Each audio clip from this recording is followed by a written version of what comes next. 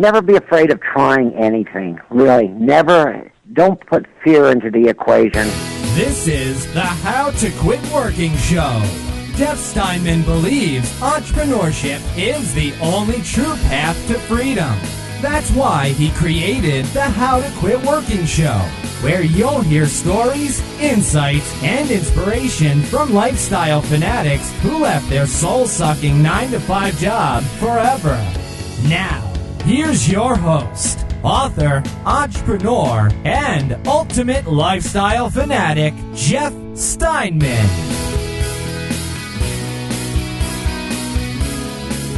Hello and welcome to the How to Quit Working Show. Today we're going to be hearing part 2 of the interview with David Klein, the Candyman, also known as the inventor of the Jelly Belly Jelly Bean. This has been one of the coolest, funnest, and most informative interviews that I have ever done on the show. I mean, this guy, he tells these great stories from back in the 70s when he was building his businesses, and he was right in the middle of a great one when I had to very meanly cut it off and continue it on this show. So we're going to continue with the story that he was telling about his paper business that got shut down, and he's going to tell you exactly how he got himself out of that jam, which was a bunch of really brilliant creativity and courage and just a lot of really cool stuff. Now, before we jump into that, though, I want to remind you that we have opened registration for the Shift program. Shift is a mastermind-like community of people who are serious about quitting their job and starting a business,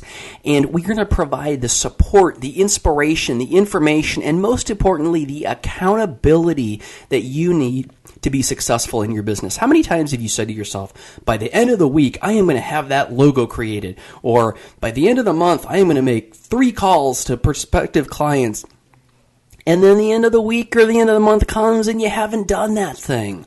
Well, now if you join Shift, you're going to have people that are going to say, hey, why didn't you do that? So go over to howtoquitworking.com/shift and get more information and join the Shift program. I am excited about it. Heather Osgood, the certified How to Quit Working coach, and I are really excited about it. We've put this together with her 15 years of experience and my background and my knowledge, my experience, as well as the cumulative knowledge from now nearly 150 guests on the How to Quit Working show is all behind what is in the Shift program. It's an amazing program. Go over to howtoquitworking.com/shift. Jump in, because I want to be able to be there and be in community and be helping you and supporting you and quitting your job and starting your business. So again, go to howtoquitworking.com/shift and jump right in. Now let's finish up with the rest of the David Klein interview. Able to capture all these people's business by calling them up and saying, we have copy paper that is identical to quality to what you are using. Give me your address. I will send you one roll free of charge. No obligation. I'll call you in 2 weeks, 3 weeks, whatever you want me to call you. And if you like it, I can save you at least 30 to 40% on what you are buying. So I was able to sell all those people. I came into work after building the business up one day, and my uncle's best friend, and I emphasize that, my uncle's best friend said to me, Dave, it's all over. And I said to him, what do you mean it's all over?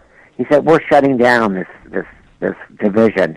He was in he sold industrial tools and supplies and things like that.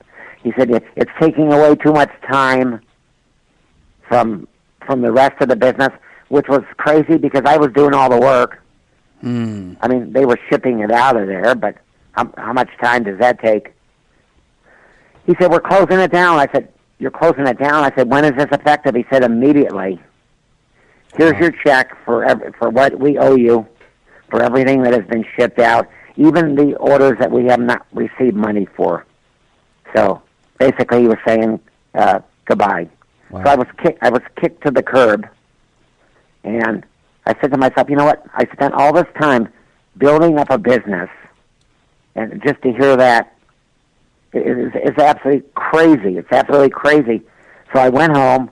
I knew the person that we were buying the copy paper from. His name was Doug Dames, D-A-M-E-S. He lived in Reseda. I called him. I waited a day or two, And I called him and I said, Doug, this is Dave Klein. And he said, oh, yeah, Dave, you're with Hal. And I said, no, not actually. I said, Hal has decided to close that division. He said, oh, I didn't know that. He didn't tell me. And I said, yeah, he's decided to close that division. And I would like to be able to buy from the company that you represent, which was West Virginia Pulp and Paper. And he said, sure, I'll be happy to sell you. So I started buying it on my own. I went into business for myself, and I started calling on the same people who were my customers that I had developed all those months. I mean, that's where you start. You start on the people that you know. Sure. And about 2.5 months later, I got a phone call from Hal's partner. And he said to me, Dave, this is Herb. And I said, hi, Herb, how you doing? He said, none of this how you doing stuff. I said, what do you mean none of this how you doing stuff? I never did anything to you. Why are you saying that to me? He said, I understand you're competing with us. And I said, what do you mean competing with you? I thought you guys were going out of the copy paper business. He said, do we have to tell you when we decided to go back? Was it any of your business? And he said, furthermore, if I continue in that business, he's going to send 2 guys to break my legs. Wow. I mean, just like that. That exactly what he said. Not 1 guy, but I'm going to send 2 guys to break your legs. Wow. So I said, oh, okay. And so I waited an hour and 15 minutes, and I called him back. I said, Herb, Dave Klein, I just want to let you know that I reported your threat to the Van Nuys Police Department and the North Hollywood Police Department, because I lived in Van Nuys, and he was in North Hollywood. And if anything happens to me, they're going to know who to look for. Mm-hmm. Now, do you think I called the police department? No. No. Okay. Because at this point, I'm really getting to know you at this point. It made me feel better telling him that. Yeah. Now, here's the rest of the story, which is even weirder. My whole life has been composed of craziness like this. Total, that could not happen to anybody else. Okay, 3, maybe 5. Let's say 6 or 7. I don't know. It doesn't matter. I'm in the bathroom reading the LA Times. I remember exactly where I was. Good spot to read the paper. Absolutely. And there was an article in there that Hal had been arrested. Oh, wow. And I'm thinking, what do you mean arrested? What was he arrested for? He was arrested for suspicion. Well, at that point, it probably wasn't suspicion. He was arrested for having somebody or himself arson to his building. Wow. Somebody set fire to the building. Very suspicious, because prior to that, he had increased his insurance. Anybody out there, if you ever want to set fire to your business, which don't increase your insurance 2 weeks prior to that. Just a little clue, because they're good at investigating it. But I'll tell you one thing, and this is the sad part. A fireman died fighting that fire. That's the saddest part. This man killed somebody. He actually killed somebody. So he went to jail. He had an alibi. He was at Dodger Stadium that night. If anybody knows, there used to be something that was fantastic. You could go to Google, and they had a news archive. They've changed it. I don't know why they've changed it. You used to be able to find it much easier. I went to Google Archive, and I put in arson, fireman died, North Hollywood, and I had to fool around with a couple keywords. I finally was able to pull up the article to get all the details on it. Oh, wow. And I did that in fact, I posted it. I started a group. It's a Facebook group. You're part of that, aren't you? I am, and I love it. Thank We're going you. to link it up below the show. Thank you, please. Yep. It's called, I was on another group, and I was very happy on the other group. Mm-hmm. No need to mention any names. And then all of a sudden, you know which one I'm talking about. Yeah, I know which one you're talking about. Okay. And then all of a sudden, and I was really happy there. I mean, here I am, happy. I'm trying to help people, giving them advice. And then all of a sudden, I get a message, a private Facebook message from the man who started it. Great man, who, by the way, had been on Shark Tank in the first season. Really good man. And he said, perhaps I think you are posting too much. So at that point, I said to myself, you know what? That's going to ruin my creativity if I have to think about, well, should I post or not post? Yeah. And it totally, I said to myself, you know what? I can't do it. I can't be here anymore. So I went on there and I said, Candyman here. That's how people knew who I was. Yeah. This is my last post. This is my final post. Thank you very much for the opportunity. I wish you the best. Adios. Goodbye. Goodbye. Just goodbye. Mm-hmm. So then a flood of comments came in from everybody. I don't know. Did you ever see that final?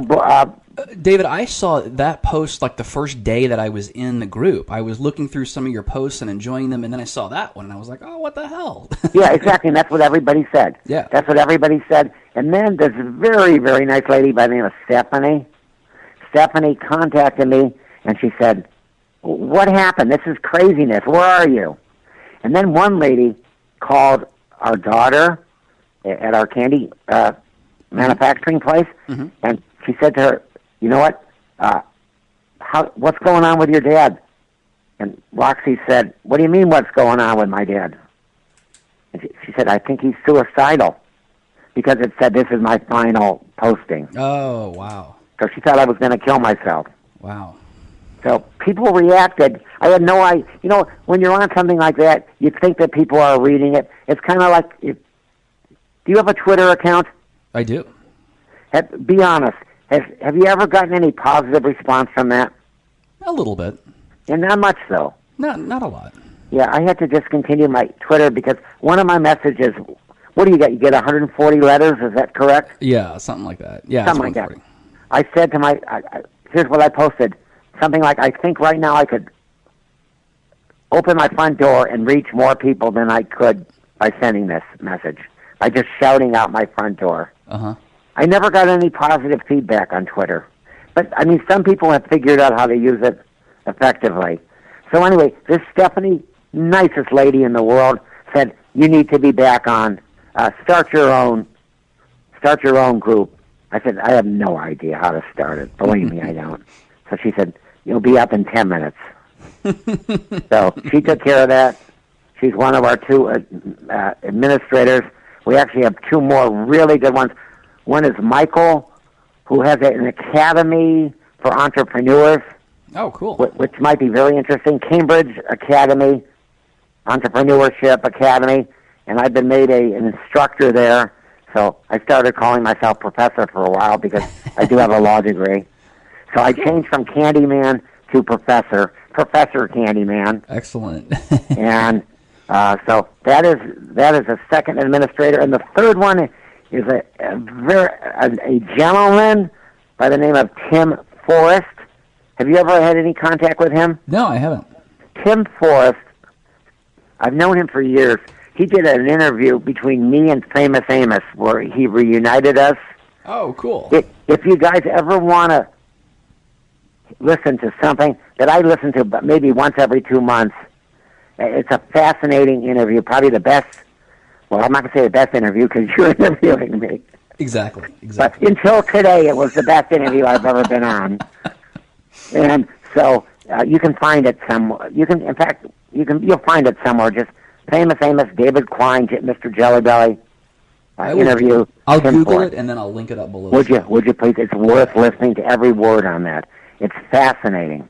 It's absolutely fascinating because here I am talking to the man that I supplied with pecans 37 years ago, who I went into his office one day and showed him my new product and asked him if he would like to be my partner with no investment. on his part. He could get into it for no investment, and he said to me that he was, I don't want to say any more about it, because I want people out there, listen to it. It's a great interview. Excellent. It's I can't wait to fantastic listen interview. to it. So Yeah. Tim Forrest is our third administrator, and Michael is our second, and Stephanie, who started it. We've been operating for 2 weeks, and we already have 670 people that are the actual members. Yep. Which I think is absolutely fantastic. And the feeling on this thing is so good. The vibrations are so good. The trust levels are so good that we have people just throwing out ideas on there, not even afraid that anybody's going to steal them from them. Yeah, because it's a group of people with integrity, people who care about one another. You hit it right on the nose. Right? People are throwing out domain names that they haven't signed up for, which anybody could go to GoDaddy and sign up in a heartbeat. Yep. But they, what do you think of this domain? What do you think of this domain? We have people on there that have started multi-million-dollar companies. We have one man on there. His name is Ziggy, Ziggy. Ziggy owns a kettle corn factory, an actual factory in New Jersey called Ziggy's Kettle Corn. And you know how when you hook up with somebody, you develop an instant rapport with them? Yeah. I'm sure that's happened to you. Yeah, absolutely. I've known the guy for a couple weeks, and I feel like I've known him my whole life. So it's done very good for me, and I have a group of friends who I'm very grateful for. It's just a good group with people that don't mind other people getting ahead. They're not jealous of them. They're not envious of them. They want to see other people succeed. They're throwing out very good karma is what they're doing. Amazing. And that's one of the things, David, that I learned about you in the documentary that I watched, because I have a feeling if you were to give somebody advice or give somebody a tip or some kind of help that gets them ahead and they made twice as much money as you made in your entire life, that would make you extremely happy. You hit it right on the nose. Yeah. You hit it right on the nose. Money does not motivate me. It's not a motivating factor for me. Right now I'm sharing a car with my wife. We have one car between us. We can live with it. It's fine. You know, you do what you have to do, and I'm happy with it. I'm very, very happy with it. I don't envy anybody. I wish everybody the best. As long as they're not breaking the rules, as long as they're honest. I don't really appreciate dishonest business people. I never have. I still have very, very bad memories of what happened to me in the copy paper business, where my legs were threatened and my knees. He was going to break both of my knees. Yeah. So as long as they're doing it good, as long as they're contributing to society, as long as they're good people, more power to them. Amazing stuff. David, what's the biggest piece of business advice that you've learned through your career? Never be afraid of trying anything, really. Don't put fear into the equation. And to limit your initial investment, first of all, don't quit your day job. Don't go into it spending money that you don't already have. Don't borrow money from your folks or from your relatives, because they're going to be asking you every day, how's the business doing? Find somebody that you can go into that's already in some aspect of that business. That's how I started the nut business. I was selling this man. I was in the popcorn business at the time, Big Dave's Popcorn, 3060 Glendale Boulevard in Atwater, suburb of Glendale. And I went into one of my customers who had a retail candy store, and I said to him, just out of curiosity, how come you're not in the wholesale candy business? Wholesale nut business. How come you're not in the wholesale nut business? And he said, I'm a school teacher. Full-time, I teach typing. And right there on the spot, I said to him, you know what? why don't you and me start a wholesale nut business? You have a big warehouse here that's got maybe 2 pallets in it. The health department made him build it because he was not allowed to store cardboard boxes with food in it in his regular retail store. So they made him build a warehouse right behind him. And I said, let's start a wholesale business. We'll split it right down the middle. We'll use your facilities here. We'll use your credit line, which he had. We'll use your connections. We shook on it. No contract. We just shook on it. So basically, here's what happened. I started a wholesale nut business. I took the back seat of my wife's car out. I loaded it. I had one product for 3 months. I had walnuts out of the shell. Walnut halves and pieces that we bought from Ventura Walnut Shelling Company, Mrs. Friestadt, a delightful lady. They don't make them any better.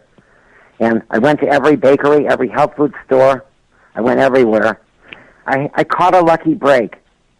There's only one crop of walnuts a year, and that was a bumper crop. And I had new crop at a much lower price than what the prior year was. So I could go into, my first account was the candy maker, Carson Ross at Farmer's Market. And I went into them. I said, I've got some brand new walnuts here. He said, how much? And I'll never forget, he was my first customer. He took both of his hands and he scooped them up and he smelled them. And I said 98 cents a pound. So he went into his file cabinet. He had been paying $1.65 a pound because the crop in the prior year, it wasn't as plentiful. He said, give me 100 pounds. Went into the car because I had him with me. I used his little one-wheeler thing. I brought him, in fact, he had a blue Jaguar sitting right behind his warehouse. I brought him in 100 pounds. He wrote me out a check, made payable to Garvey Nut. That was the name of our company, which since has become a company that's doing probably, if I had to guess, in the neighborhood of between 90 million to 100 million. Yeah, I would say 100 million. Wow. That little company that I started is now doing 100 million. I sold the company for $1 in the year 1990, and I split that with my partner. For $1? $1, yeah, true story. True story. Anyway, what was I talking about? Okay, so he was our first sale. I framed that when I went back. Cal's wife was there. I gave her the check. And she knew what we were paying. We were paying 90 cents a pound. So she said, well, we made $8 on it because I sold it to him for 98 cents. And I said, yeah, I said, it's a start. You know, you have to, when you're selling to people, you got to do something to motivate them to get that first sale going. You can always make money later on. Don't worry about what you're making on that first sale. You got to open the door, and then you can sell them other nuts. I started selling him almonds, which I made more than 7-8% on. I started selling him cashews. By the way, do you know why you've never seen a cashew in the shell? Oh, why is that? There's poison. There's a poisonous on the outside of it that has to be removed. Oh, really? Interesting. It's a poisonous sac or something like that. You'll never see a cashew in the shell. Huh. Do you know that filberts, have you ever had a filbert nut? Oh, they're delicious. They're fantastic. Do you know where most of them are grown? No. They're grown in Oregon and in Turkey. Now, filberts have another name. Do you know what that name is? No. Most people don't. They're called hazelnut. It's the same exact nut. Huh. Have you ever heard of hazelnuts? Yeah, I have. Well, that's a filbert. Okay. It's the only nut that has two names. Interesting. So, where were we? Bring me back. We're just well, you were talking about kind of doing whatever you have to do to get that first business in. Oh, absolutely. Absolutely. Here's a story. And I don't think too many people know this story, but I'm going to tell you anyway. There was a health food store in Pasadena that was owned by probably the nicest man you could ever possibly meet. His name, Gene Scarborough. He's not with us anymore. He had a health food store on Arroyo and California. Still there, by the way. I went in there just prospecting for new accounts. I introduced myself to him, and I said, I'm in the nut business. I would love to have an opportunity to have your business, because he did a tremendous amount of nut business. He said, Dave, I have a man that's been taking very good care of me. His name is Dan. I'm extremely loyal to him, and there's no reason for me to change right at this moment. I said, can I feel free, and this is a clue, can I feel free to drop in when I'm in the area, just so that you don't make a pest out of yourself? And he gave me his permission. And so anytime I was in Pasadena, I would drop in. I was turned down 4 consecutive times by him. On the 5th time, I went in there. I said, Gene, but by then we were friends even though we weren't doing business. Yeah. Gene, is there any one product that Dan cannot supply you with that you need right away? And he thought about it. He said, yes, Dan is totally out of raw Spanish peanuts. I said, you'll have them in an hour. You'll have them in an hour. So I didn't have any in my warehouse. I went to one of my competitors downtown. I went to Torn and Glasser. It was a 110-pound bag of Spanish peanuts. That's how they came in a burlap bag. I paid 55 cents a pound for them, and I took it back to him. Now, if you had wanted his business and you knew you had paid 55 cents for the item, what would you have charged him for that one item? 55 cents. No. I did better than that. I charged him 45 cents. I lost a dime a pound. I lost $11 plus my time plus gas. He went to see what he was paying, and obviously his supplier was charging him based upon what he was paying, not upon that phony 45 cents that I was charging him. He was paying 79 cents. He looked at me. He said, are all your prices this good? I said, every last one of them. He said, you now have my business. Wow. Just like that. Just like that. I would go there minimum of 3 times a week. I would write my own orders. First of all, I would go into his cold box and empty everything that was in there and put it out. He was selling nuts in bulk. I did that myself. I would open the cashews. They came in these tin cans where you had to open it with a key, like you would open up a beer bottle. Then I wrote the order. I went back, filled the order, brought it in there, laid it out right by his cold box there so that he could check the order. He trusted me 100%. I never once took advantage of his trust.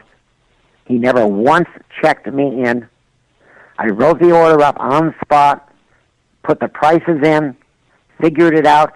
There were between 20 and 30 items.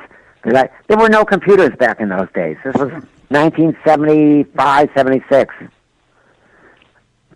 Went to his checkbook, wrote out my own check. Wow. Wrote the amount in. I said, here, sign this. That went on for 2 years.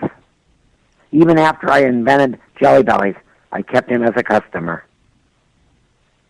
They're one of the nicest people I've ever met in my life. We had a relationship like you would have with a family member. Yeah.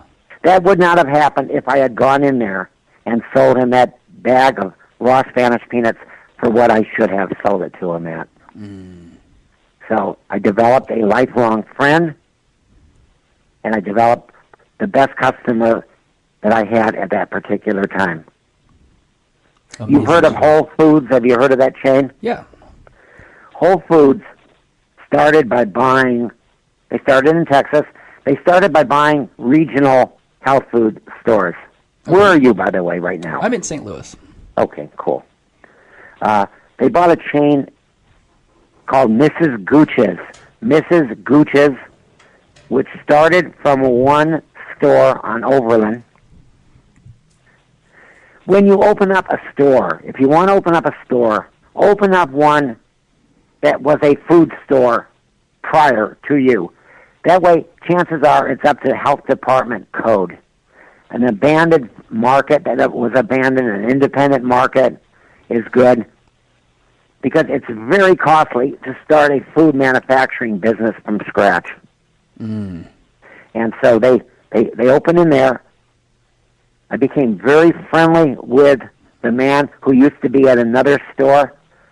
He became one of my best friends. He passed away a few months ago, and I miss him dearly. His name was Dan. He was the kind of guy that told you something, he meant it, and he remembered what he told you. So he left another health food store, which was called Alpha Nutrition on Ventura. He partnered with Sandy Gooch, and John Mormon came aboard. They opened up a health food store, and at that time, they were very, very fussy about what went in there. Couldn't have any refined sugar. They had a list of things they couldn't carry, and they became famous. It evolved into a chain of either 8 or 9 stores, and every store that they opened up was a former market, like Westward Ho left a couple locations. They went into there. And a few of them they opened up after they developed a reputation that was not a former market. But that's how they got started. They invited me to be on their board of directors, which I did. And then one day, Whole Foods made them an offer, and it was in the neighborhood, if memory serves me correctly, over $50 million. Wow. And they bought them out, and I don't know how long it took them to transfer the name over from Mrs. Gooch's, which I don't know why they didn't keep. Well, they wanted to build a national name for themselves, and they changed all those stores' name to Whole Foods. And I don't think that Whole Foods has the same standard of what they put in there as they did. I mean, I've seen some items in Whole Foods that Mrs. Gooch's would never have carried. Take me back to what the question was. I'm not sure there was a question there. I think you but, I think that the theme of... Can we do this again? Absolutely. I'm ready anytime. I don't need much notice. Okay. Excellent. I don't like planning that much in advance. I noticed that about you because I always work to schedule a time to meet with a guest, and I like to give folks enough notice. But you said, I don't want any notice. Just let me know the day before, and we'll see. Yeah, let me know the day before. That's good. I don't like when you're planning on something, and then the other person, they change their mind, or they have something to do. And so there's no point of getting excited or about it. Let me know the day before, and I'll adjust my schedule to that. That sounds wonderful. David, what's the last thought that you want to leave our listeners with today? Wow. The last thought that I want to leave. Okay, here is the last thought. You ready for this? We're ready. These are mainly people that want to start a business? Absolutely. And some small business owners. Okay, good. That are already in business? First of all, please join our group. Please join our group. Feel free to post as much as you want on there. You'll never be kicked to the curb by posting. Put on there what your situation is, what you need help in. We have experts on our staff. And obviously we get paid no money for this, but we have experts on our group that will answer your question within 10 minutes. Yep. You won't have to wait for you've seen this, haven't you? Yep, absolutely. Yeah, within 10 minutes. You'll see 5, 10 different opinions, right, which is the greatest thing in the world. And every once in a while we do telephone conferences with everybody calling in. But my advice to you, if you really want to be an entrepreneur, if you really want to have your own business, you have to mentally adjust yourself to the fact that your business sometimes is going to have slow times, sometimes it's going to be busy, During those slow times, you've got to kick butt. You've got to do everything you can to bring new business in. You can't just sit back and think the business is going to come to you, because it's not. You've got to go out there. You've got to become a member of the community. You've got to join the community groups. You've got to get publicity.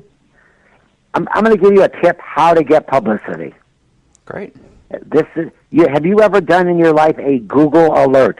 I have. I look at them every single day. Good. No, very few people know what a Google alert is. Mm-hmm. They don't do any publicizing on it. It costs you nothing. It costs you zero. When we were promoting our documentary, Candyman, the David Klein story, by the way, never do a documentary if you're expecting money, because you'll never see a dime from it. That's a whole nother discussion. But on the Google alert, I did a Google alert for Jelly Belly. This was 2025, about 30 years after I had sold the company. Everything that mentioned Jelly Belly came to my email, every article. I would click on that article, read the article, and then, on the comment section that is in about 95% of the things. Yeah. Some of them I had to sign up for. Mm-hmm. Where you have to sign up with a newspaper and give them your email, whatever, your information. So I would make a comment, and the first thing I would say is, great article. Fantastic article, very informative. Thank you very, very, very much. I enjoyed it. Okay? That did two things. One, whoever wrote that article, they usually like to follow up and see if there's any comments. It's kind of like human nature. Yeah. So you write an article, so many times that person was able to contact me and do an article on me independently. More times than I actually can even count. So that's one thing. The second thing is, in there, I did do you remember the series Columbo? I've heard of it, but I'm not real familiar with it. Okay. I keep on forgetting. How old are you? I'm getting ready to turn 40. You're a young guy, for crying out loud. Yeah, I love it. Well, you got your whole life ahead of you. And it's going to be a good one, too. The Columbo approach is on the way out. You say, oh, by the way. She says he was a detective. Mm-hmm. And that was the last thing he said before he left somebody that he was investigating. So I said, oh, by the way, there's a document. Because remember, this is an article on Jelly Belly. Sure. I said, by the way, there's an article on Jelly Belly. Excuse me, there's a documentary that we just came out with on Jelly Belly. Mm-hmm. If you want to know, you can't be too promotional, because whoever wrote the article is going to kick you to the curb on it. Sure. So you thank him first, the great article second, and the third thing to say is about the documentary. And sometimes I would deliberately not leave a website. I would just put that post on there. There's a documentary. If you want to know more about Jelly Belly, it's called Candyman, the David Klein story. And then look to see if that stayed there for a day or two. And then I could make a second comment. And the second comment would usually be, oh, so sorry, I forgot to tell you where the site where you can go to know more about the documentary. I usually did not include that in the first comment, because I didn't want to be kicked to the curb. I see. This technique was responsible for getting us into everything we wanted to get into. We got into film festivals. We got into Hot Docs in Toronto. We got into the film festival in Parks. When you hear Park City Film Festival, what do you immediately think of? I'm not sure. Okay, well, most people that are familiar with film festival, they think of Sundance. You've heard of Sundance, haven't you? Yes, I have. Mm-hmm. Okay, well, there's another one in Park City called Slam Dance. Okay. It's kind of like they came after Sundance, and it's mainly for people that were rejected by Sundance. Although they, in their own right, they've had tremendous works. But if you don't get into Sundance, you apply for Slam Dance. Okay. It's good. They're doing good work. They had tremendous things there. But I mean, most people would prefer to be in Sundance because that's where all the actors go. Okay.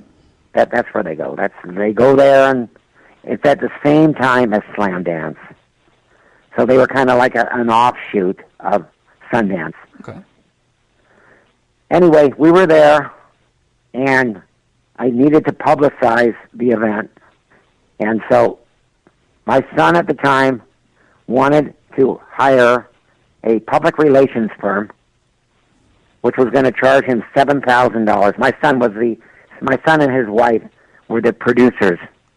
Cool. And your son's a Disney animator, right? My son is a Disney animator. His wife is an animator, and our little granddaughter, Emily, 7 years old, is tremendous. I got to put in equal time for Costa.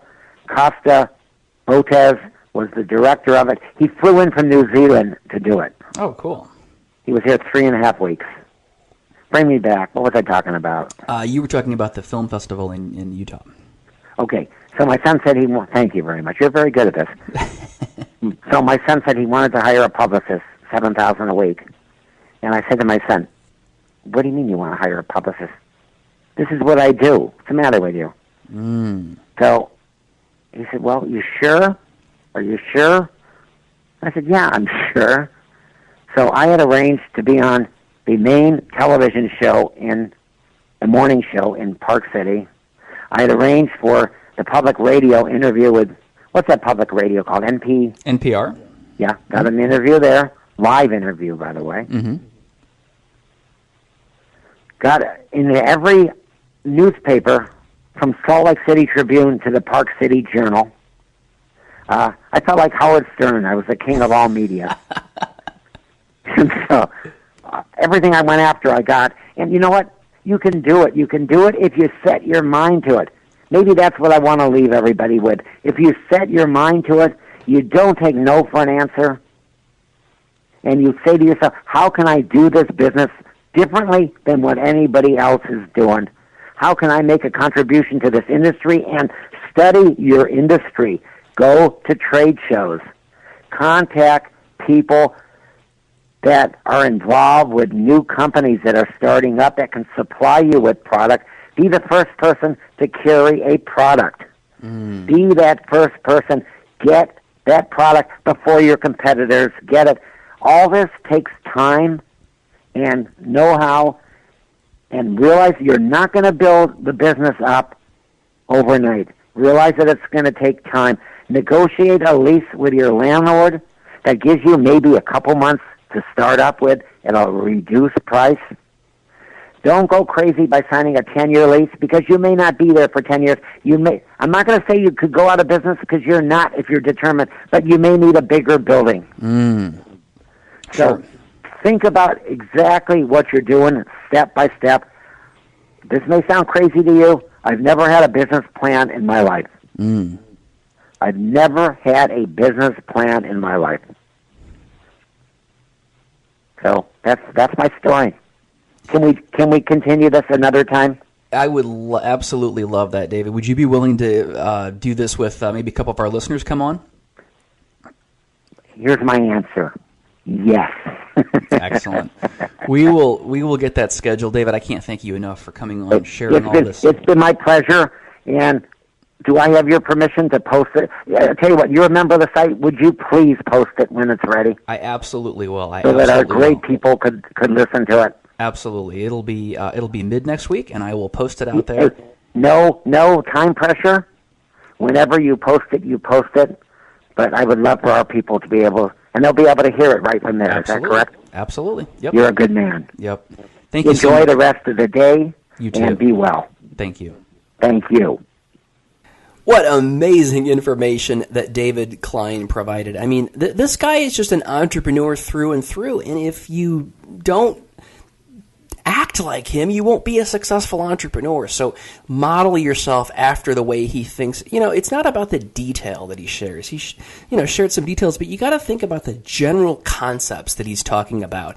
And those general concepts are what make you successful in business. So If you go to howtoquitworking.com and go to this episode and scroll down, you'll see all the resources that David talked about, as well as David's private Facebook group, which you can join for free, and you can get direct access to David and a bunch of other really cool entrepreneurs. I'm in that group. It's really fun to see people talking about their ideas, getting support and encouragement from other successful entrepreneurs and other folks who are just getting started. But if you really want to get serious about getting the support and the community and the information and those general concepts that you have to understand and you have to be really clear on to start a business, join the Shift program. You can get more about information about that and join over at howtoquitworking.com/shift. It is an amazing program. And like we talked about on Monday's show, there's just a few concepts that when you get those concepts and you fully grasp those concepts, you will be successful as an entrepreneur. And when you've got a community and accountability to back you up, I mean, there's no stopping you. This is the coolest thing I think we've ever done on How to Quit Working, is creating this amazing Shift community. So go over there, get more information, and join howtoquitworking.com/shift. I will see you in the Shift community, and I will also see you next time on the How to Quit Working Show. Thanks for joining us on the How to Quit Working Show. Tune in next time when we'll talk to another amazing person just like you who is now living the ultimate life of freedom and doing it on their terms. If you want to learn how to quit working and get these episodes delivered directly to you, visit howtoquitworkingshow.com.